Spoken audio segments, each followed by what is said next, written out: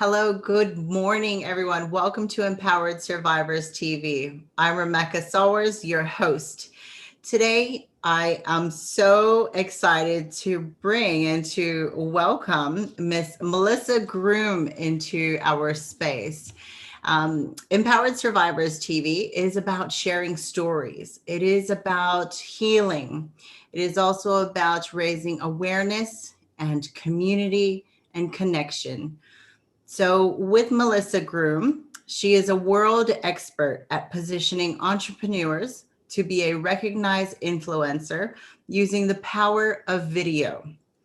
As a successful entrepreneur, she has created and produced over 400 national and international events, such as the International Women's Day Online and Live Summit, and helped thousands of people to maximize video to become recognized experts in their field.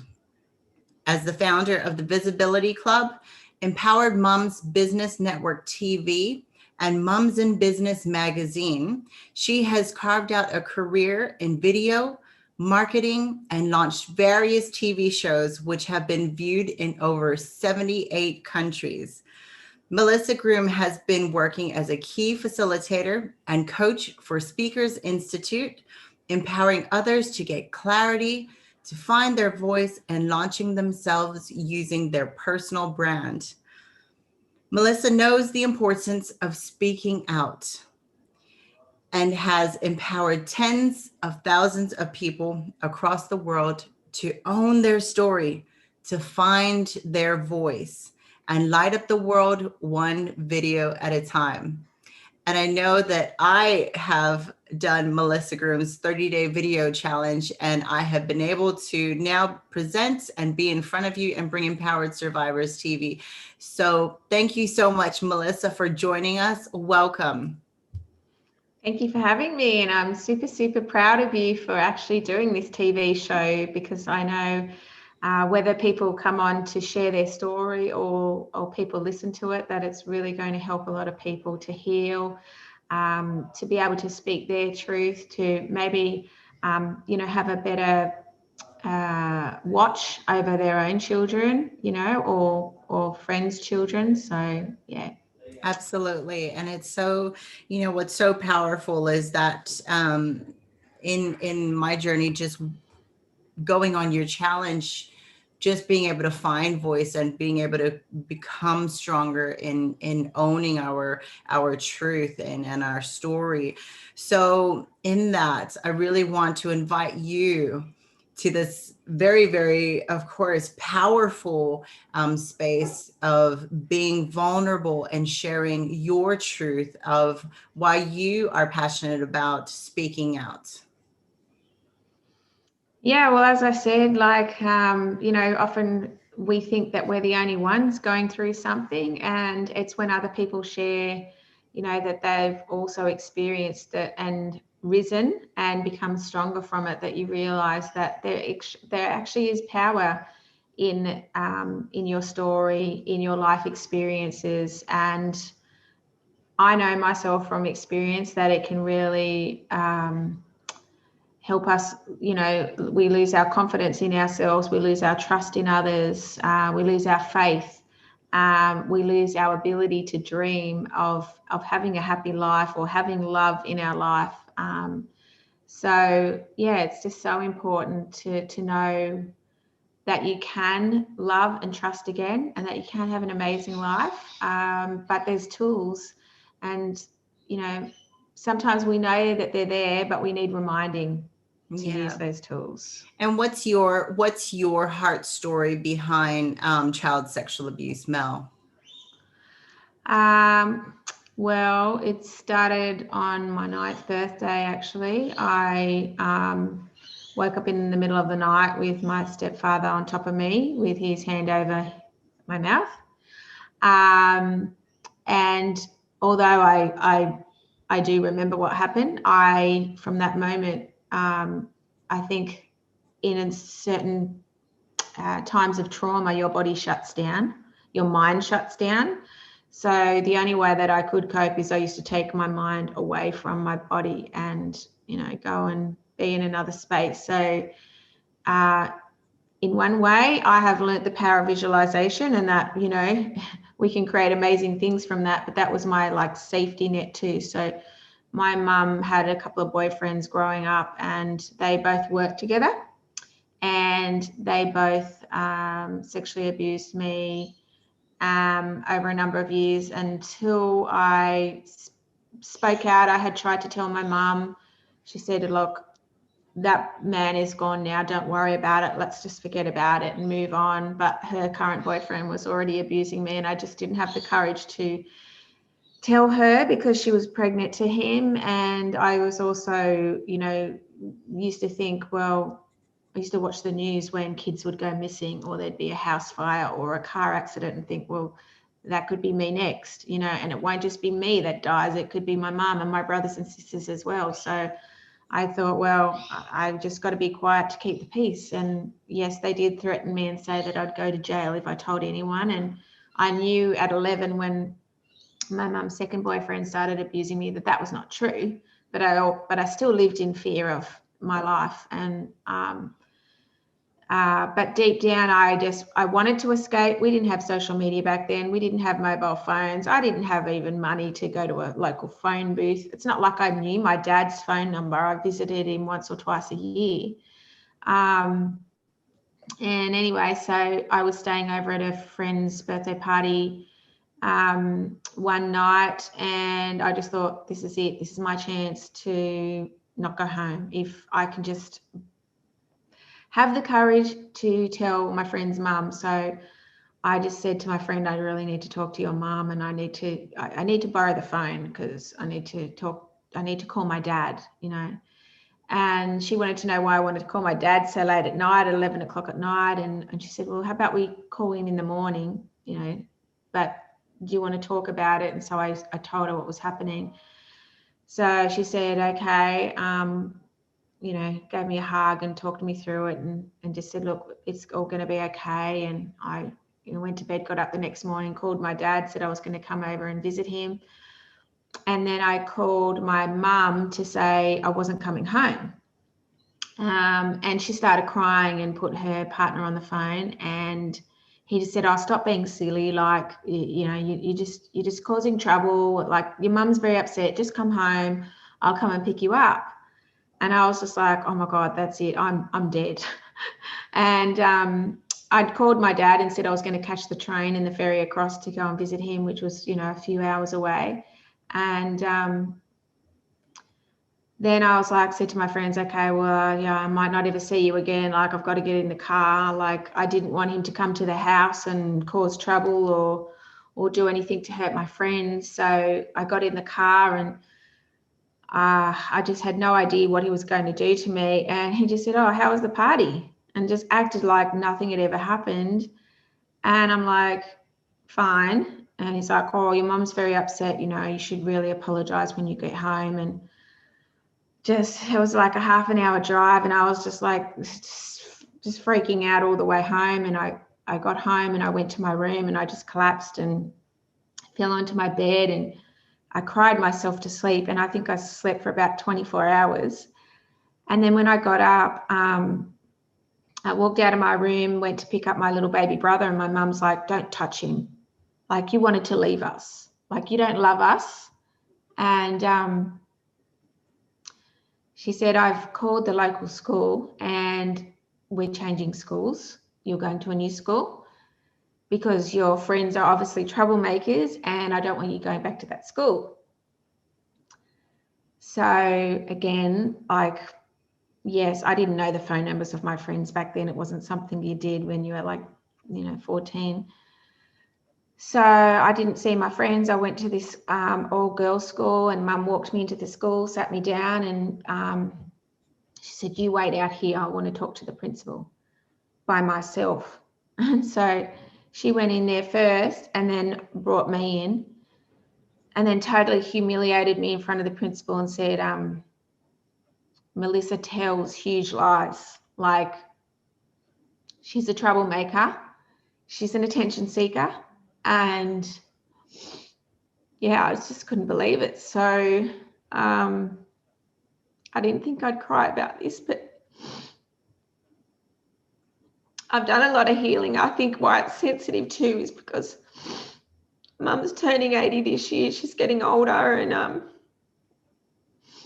despite everything, she's still my mum. Like, I was adopted when I was 18 months old, and yeah, I feel like she was a victim too, and she didn't know what to do.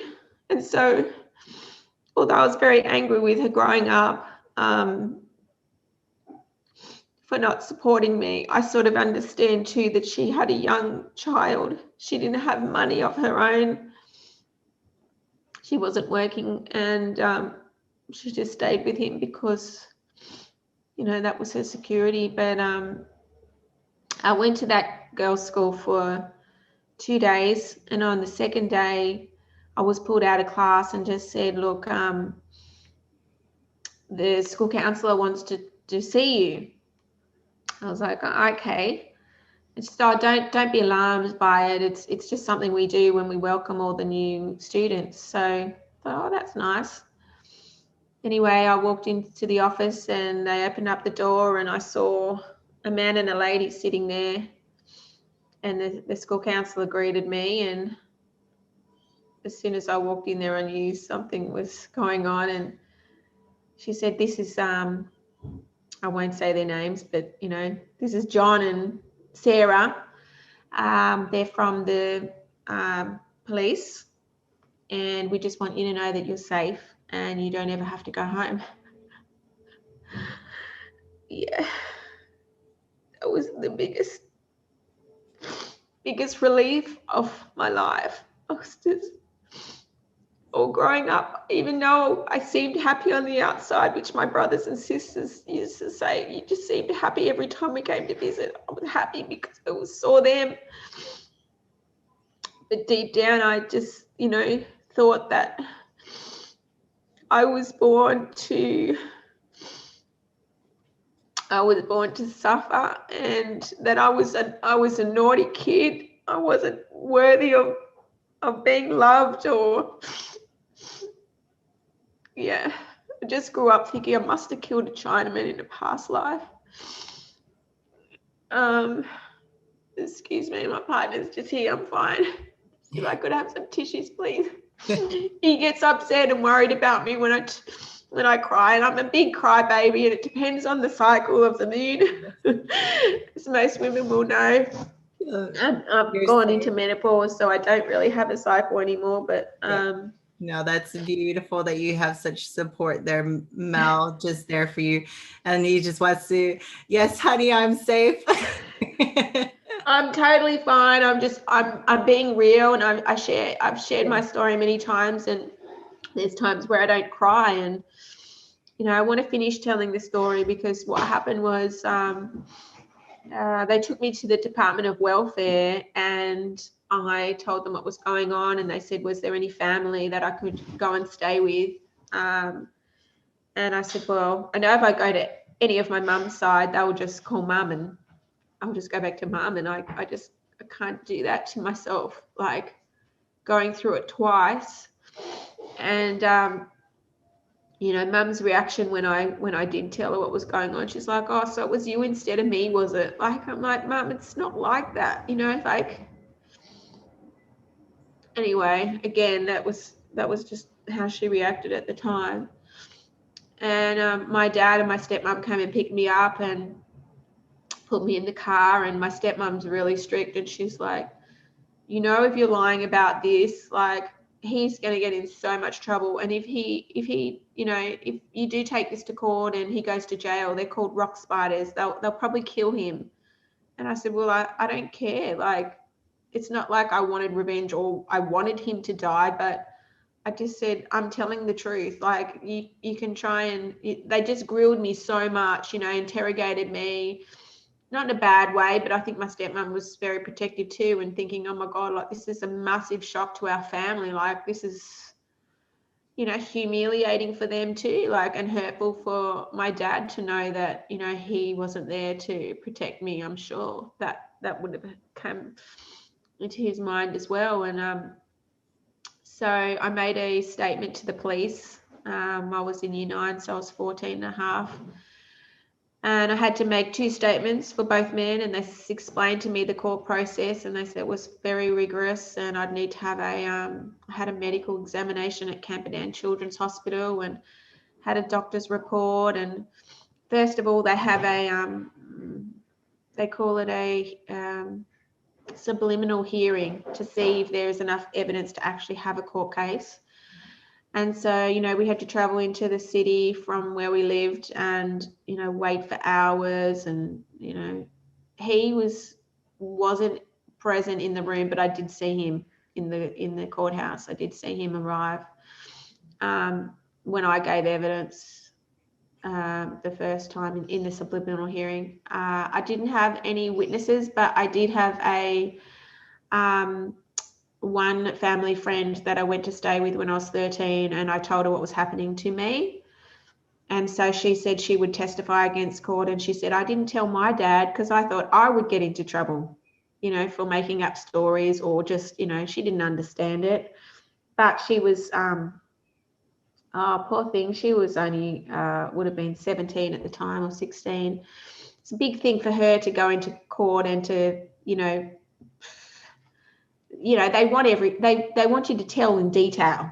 They don't want you to brush over the details. And so, to be able to have to say that in front of my dad and my stepmom, 12, all they didn't have a jury then, obviously. They had, I don't think they have a jury in a subliminal hearing, but, it's open to the public back then.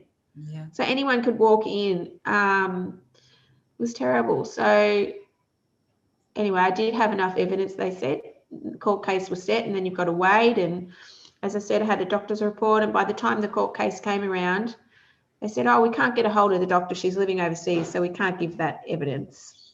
We can't even read it, which was just so wrong.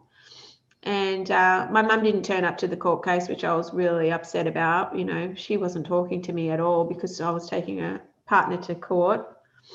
But she told me later on she couldn't talk to me because she had a subpoena out, and they told her we weren't allowed to talk. That was like that. That was 7 years. It went on for till I was about 18, so all through going to school. The first guy was not guilty, and I just remember hearing the words, and I just felt like there was a big sword just went right through my stomach. And it was more about the truth. It was so important for me, people to know the truth. And so to have to go through all of that, because it was many days of court cases, it was months, it was years of waiting for that verdict, then to be told not guilty, and knowing that he could go back and hurt somebody else. So anyway, I went on to the next court case, the next, subliminal hearing for the next boyfriend. And with the jury, you have to have 100% of the jury agree to get a guilty verdict. And anyway, they came out with a non-guilty verdict. And, I remember my lawyer saying to me, like, there was a man and a woman, they just weren't 100% sure, but everyone else thought he was guilty for sure. I did see my stepdad and my mum in court talking, like my mum talking against me, saying I'd made it up because I was jealous of the baby. That hurt a lot. But because they were lying, they contradicted each other. So I was just like, I'm just going to keep telling the truth and stand strong to my story. I know they can't break me. And I remember the lawyers like yelling in my face saying, I put to you that you're lying and you're making all this up for attention. And I'm thinking, wow, they're not holding back, even though I'm only 14, 15.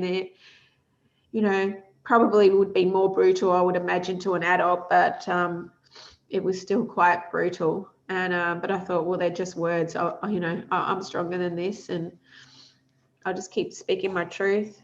Anyway, I remember my stepmom saying, well, what do we do now? And he's like, well, you can actually uh, you can actually appeal and do another court case, but it means that you've got to go through it all again with a whole new jury, and going to take another year or whatever it is, however long it takes to drag out. And I just said to my stepmom, I can't let him walk free. The other one got away scot-free, and like, this isn't about me. This is about every little boy and girl that doesn't have the voice, that doesn't have the strength, that doesn't have the love and the support that I've got from my dad and my stepmom, and I have to do it for them. Otherwise, I couldn't live with myself. That's just how I felt. I mean, I know not everyone has had the opportunity to go to court, and I wouldn't have been able to do it if I didn't have my dad and my stepmom who drove me there and took time off work all those times to do it. And I had great friends at school that supported me. So anyway, with the second court case, he actually got convicted.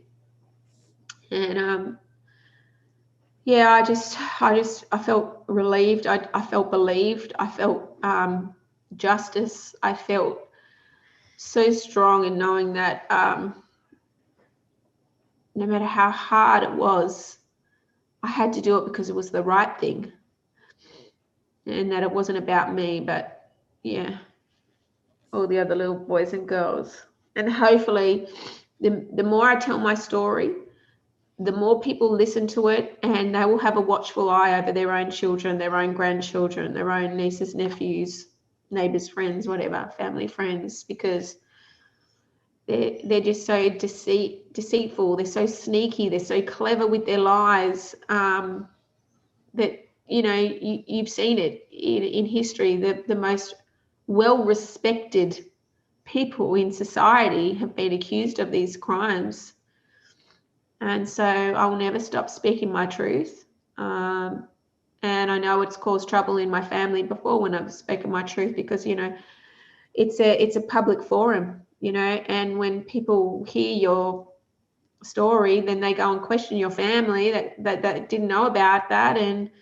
And I've had to overcome that and know that, well, yeah, their opinion will be that I'm doing it for attention.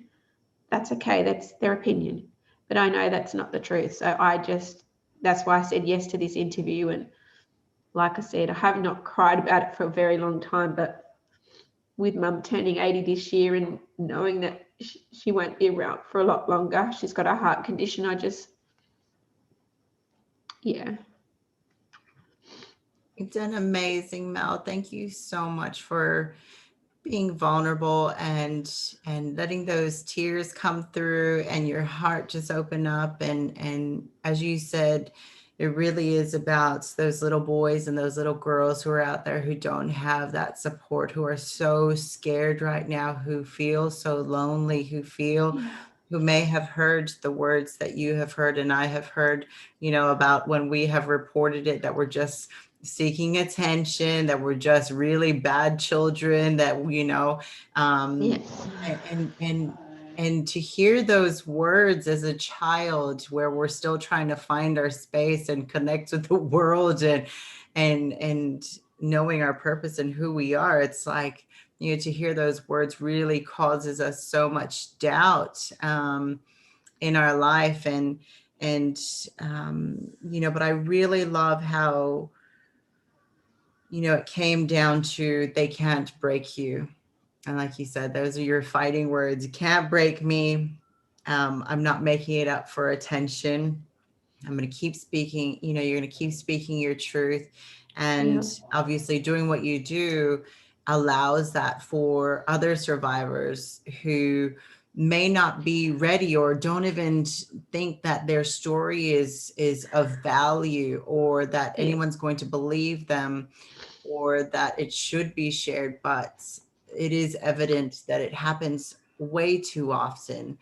And these perpetrators are very conniving. They're very deceitful. They're very charismatic, and they Yeah. are the ones. They're not the ones who society thinks it would be. It's not. It's always the one who would be least expected. Um, Yeah. Yeah. so And you the are. other reason I want to share my story too is because People might say, because she's got tears, she's not healed yet, or she's not healed because she feels like she needs to keep sharing, whatever. I don't know. I don't know if you ever get to a point where you go, I'm completely healed. Like, I'm in a good space where I've got an amazing Yeah. partner that loves me for Yeah. who I am. I do have a good relationship with my mum, actually. I go down and I visit her and I stay with her, and it's surface level stuff. Yeah. Yeah. At 80, you don't really want to get into DMs and bring up the past. I don't think that that's necessary, because we've had the conversations we've needed to have. I'm grateful I did when I was 30. I just said to mum, her partner had passed away. She'd left him by then, but I just said, I feel a sense of relief, mum. I know that sounds awful, but because, he's my younger brother's father, but I just feel safe now. And she's like, oh, we had nothing to fear. She's, I wasn't a good mum, was I? She had a tear in her eye. Mum never cried. Mum was a single mum a lot of the time and struggled a lot, and she was out there working. Yeah, I just saw her as this strong woman. So my kids say I'm a crybaby. I cry at everything, but that's okay. I'm an empath. I'm compassionate. I feel everything. Absolutely. Um, but that makes me the beautiful person that I am today. And I want to share with people that it's taken me, like, I'm 49, so I'll be 50 next year. It took me up until about 6 years ago to even believe that I was worthy of being loved. Even though I've been with my partner now for 13 years, I had to go through a process that I want to share, that was developed by Maz Sherman from the Institute of Women, International Women, and the modalities creatrix, where it takes you into they do a process with you where you go back to, I won't go into it fully, but basically I realized that I was not my story. I was not what happened to me, that I was still that beautiful, perfect ball of love and joy that I was when I was born, the day I was born. I mean, you absolutely don't feel like that. And Yeah. we're human beings. We do feel worthy or not worthy, depending on what someone said, didn't say, how they treated us. Because we are affected by that. That's the truth. But you've got to just go and surround yourself with positive people, supportive people who lift you up. And although I say you're not your story, you can look at it two different ways. You can say you're not your story, or you can say you are your story, and own your story, and know that that story is actually, or what happened to you. I know this is really weird to say it, but I've had a friend of mine who did another process with me, and she helped me find the gift in my adversities.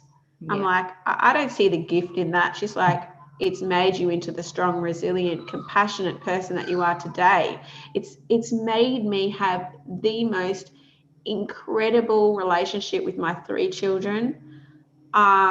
They know they are so loved. They know they are so supported. And I'm not saying I'm better than my mum or anything like that at all. I've learnt, and I have still not been the perfect parent, no way, but I'm just so blessed. And I probably wouldn't have the relationship with my kids that I have if I hadn't have gone through the experiences I did. And so I've won lotto like 3 times over. So I'm so blessed. And if I didn't deal with everything that was going on with me in the past as well, I wouldn't have the courage to start my own business. I wouldn't have the courage to step up and speak to other people. And so when I do get up and I speak to people, I feel them, and I know that every one of them, we all have a story. We've all gone through something, not necessarily sexual abuse, although what is it, 1 in every 5 girls, 1 in every 8 boys, Yeah. we've experienced some sort of abuse. And yeah, we know it is wrong, and it like people in their life over this, because they just, but Yeah. I know that I am loved. I know I am loved. I know I was even loved by my mother, even though I didn't feel like it at the time.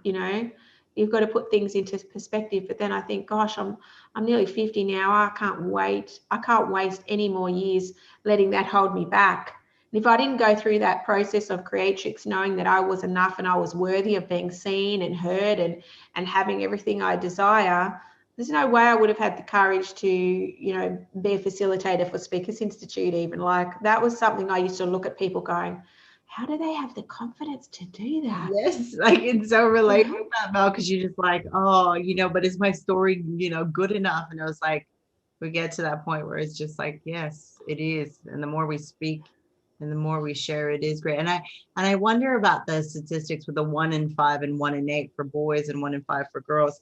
That's probably even much higher. And I'm thinking that as we share these stories more and more, and it's heard and it's being seen, and it's reaching those old beliefs, those old beliefs of children should be seen but not heard, and that we shouldn't talk about it because of the shame. I think that what I envision is just seeing that freedom of so many people standing up straight and being confident to share their story and report the abuse that happened forever, how long it has happened, or however long ago that it had happened, that it is still valid, that they are still valid. And it's so important to acknowledge the stories and their truth, because it is real. And I think that that's what I was thinking as you were sharing your story and sharing your truth, is that that's what this space is about. It really is about, it's your truth and you're telling it, and it's like you said, you've got your justice. You were relieved, and you felt like you were believed at that second hearing, and that you've got your justice. But this takes it to that next level. The more that we're speaking and the more we're sharing it, it is so liberating and so empowering for others. So thank There's you. one other thing I want to share before we Yes, go. absolutely. When I was 17, I went to live in a Sydney City Mission youth Yes. refuge. I Yeah. had just circumstances at home. I won't go into that, but I remember calling up my detective and saying I needed somewhere to stay. Yeah. Anyway, he stayed in touch with me, and he came to my wedding and everything like that. And he said to me, did you know that you could apply for victims' compensation? And I said, no. I think it must have been when he got an invitation to my wedding or my engagement party or something. I said, no, I didn't know that. And he said, oh, well, yeah, you can. Even if you got a not guilty verdict, you can still apply for victims' compensation. I was like, really? Anyway, I think I was 19, and I remember writing, 19, 20. I remember writing the letter, applying, and then didn't hear anything. A few months later, I got a letter back saying, look, it's been rejected because it happened so long ago. I was like, are you serious? Like, who's reading this and who's making these decisions? So I wrote, I'm going to look in my glory box. I don't know if I took a photocopy back then, but I wrote a 6 or 7 page letter, and I just poured out my heart, and I told them everything that had happened and all the court cases I went through, and the fact that the medical report from the doctor couldn't even be given to the court, and do your own research, because you'll find it in Camperdown Children's Hospital. Like, I'm not doing this. I've got better things to do in my life. Like, I've had so much insecurity, so much instability in my life. We move sometimes every 6 months, without warning. Mum would just throw a garbage bag at us and say, get in the car, we're going the next place. And I said, all I want to do is just have my own home, like knowing that no one can ever kick me out. Yeah.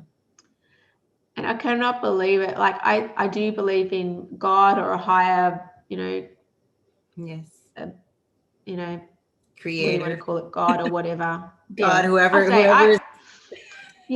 whoever's in angels, charge. whatever, that's protectors, they're all there. I always felt there was someone looking after me. Yeah. And I just get these little whispers in my ear and say, just try again. Just write a big letter and pour your heart out and tell them everything and what you do with the money. So I said I'd use it to go back to counselling, because I had counselling that I got through the Department of Community Services, and I used to go once a week from the age of 14 to when I finished school. And after that finished, I was still a mess. I still had a lot of things to deal with and process, and said I would use that money so that I want to deal with all this before I become a mum, and don't want to bring all that into, when I have children. Mind you, it did come in because it is just life. Yeah. Anyway, I couldn't believe it. I opened the mail one day and there was 2 checks, one for each court case, and they'd awarded me the maximum amount for each court case, and I was just blown away. And I mean, I'm going to tell you how much money it is, because it's not a lot of money, but at that time it was enough for me to put a deposit on a unit, which I did. So I got 2 checks for 20,000 each, and it was before my 21st birthday, and I just could not believe it, that I could be, well, I thought I was lucky. I just thought I was just like, wow. So I want to share that story with people, because maybe they have never applied for victims compensation, and maybe they could use it for something good as well. And I'm sure it would be hopefully a lot more than 20,000 these days. But my unit that I bought was 147,000, so 40,000 was a good little deposit that I put down on that when I was 21. Yeah. And Amazing now. it was the best thing that ever happened to me, because it was showing that I had good lawyers, I had good detectives. They were they built my trust and my faith in mankind again, because I really did lose a lot of faith in mankind. No, that's amazing. Yeah. But so you had your own unit, and obviously at the time, if I may ask, did you have any sort of addictions? Like being obvious. I'm assuming you didn't, because I'm thinking $20,000, that, or 40,000, and you really invested that. And obviously what was so important for you is that home. And I'm thinking back to my addictions and stuff. I would have blown that easy on alcohol and drugs, but I've sadly seen that happen with a lot of kids, because they didn't have the right support and the right guidance. But I was actually working in an accounting firm. I was a receptionist there, and I went to my boss and I told them, look, I have these 2 checks. I need to make sure I buy something with it. And they're like, oh, we don't think you'll be able to afford something in Sydney, so perhaps we'll help you look for something up on the Central Coast. Yeah. And at the time I was with my boyfriend, and I went home to him and I said, they said, yeah, we'll probably look for something up the Central Coast, because I won't be able to afford anything in Sydney. And then he's like, oh, you spoilt my surprise. I'm like, what is it? And he's like, close your eyes. And then he got out opened his drawer and he got out a ring and gave it to me and said, I want to marry you. And he said, I was going to ask you to marry me on your 21st birthday on the Saturday night, but it was the Thursday on my actual 21st birthday. And I was like, oh, wow. And he said, well, I'll buy the unit with you and we'll do it together. So we bought the unit together, and that's how we were able to buy a unit in the Northern Beaches in Sydney all those many years ago. That's amazing. So you obviously, I guess that's that really big key sort of guiding information there for anybody who does go for victims assist. I always tell people, if they're addicted to drugs and alcohol, because I've walked that, I had the inheritance and I blew it straight away back into alcohol and partying and drugs and suicide attempts that followed. So it's just spiraled. But to have got proper guidance on how to invest that money to help self long-term is really important. So thanks for sharing that, Mel. That's amazing. And the other thing that popped up for me is you mentioned earlier about, your mom having her own trauma. That brought me to identify that there was that generational trauma, in the sense of she was functioning with you. And obviously when you mentioned the trash bags, I remember doing that for myself. It was like living in black rubbish bags. And it was because there was never that sense of feeling settled enough, or nothing was home. So just to see how that may have affected you in your life as well. Yes. Well, we had a few years back now, my partner and I actually took in one of my daughter's friends from school. She was we went and did the course to be foster parents, Yeah. and I remember her turning up with a garbage bag, and I'm like, why are you bringing your clothes in a garbage bag when I know the Department of Welfare gives money, or Department of Community Services gives money now? And so I made sure that she had a suitcase at least, Yeah. to carry her things around, because it just gives you that sense of worthiness. Absolutely. So it's that, Mm. yeah, because it's, yeah, so it's really, so what's one thing, Mel, from your heart that you want to, you've been sharing from your heart, obviously, this whole way through, but to somebody who is out there right now, who's going to be watching your interview and is feeling a bit afraid, whether it's to speak up, whether it's to seek healing and support, or even about their worthiness, what is a message that you can share with them? Yeah.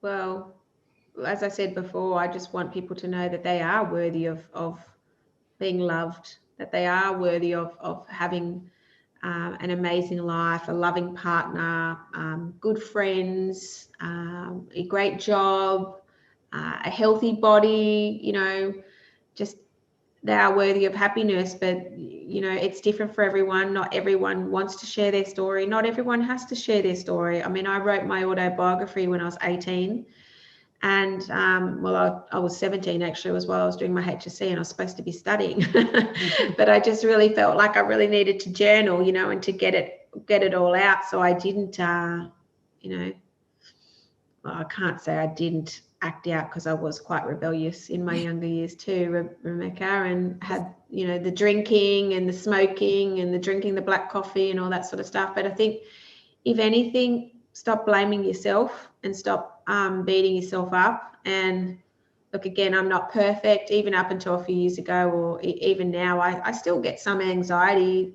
I don't think it's due to my past, but it's probably a habit that I've had, where I scratch. And yeah, so just know that you were born not to be abused. You were born not to feel yuck, and that the way that people treated you isn't a reflection of what you're worth. Like, you are beautiful and you are amazing and you are worthy of, yeah, everything that you desire and being loved. Absolutely. And I think that just brings it back to that reality that being healed, as you mentioned, being healed does not mean that we're not going to cry. We are empaths. Yeah. We do feel, especially when we've gone through from no longer being numb to starting to allow ourselves to feel. We feel to the extreme of we feel everything in our body, and we feel the energy coming from others. That it's really being mindful that to be gentle and compassionate with self and acknowledge that, yes, maybe one day we will reach that healing place, and it's probably going to be when we're dead, but it's just acknowledging where we are today. We are as healed as we can. We are going to be gentle with ourselves. Yes, cry if we need to, release. It's so important. Yell at the top of a mountain if you need to. I do that. I climb up a mountain and I'll scream where there's nobody around, so nobody freaks out and calls police. But and acknowledge that we are going to have difficult and challenging days, and a negative thought that comes from the past may come up, and tell us that we are not worthy and that we're not able to do what our heart truly wants us to do, and that might challenge us. But it's okay to know that you can, and that you will, and that you are strong. You know that you have overcome so much, and that's why you are here today. And continue to listen to your inner compass, which is your beautiful heart that will not deceive you. It will not, it will guide you to where you need to be, and to be connected with those who you need to be there to support you. So just like you've been led to watch this video, We send you love and glitter, love and blessings, and know that you are not alone because it is time to heal. Thank you so much, Melissa Groom, for joining us today. And thank you for tuning in to Empowered Survivors TV. Have a wonderful day. Bye. Thanks for having me.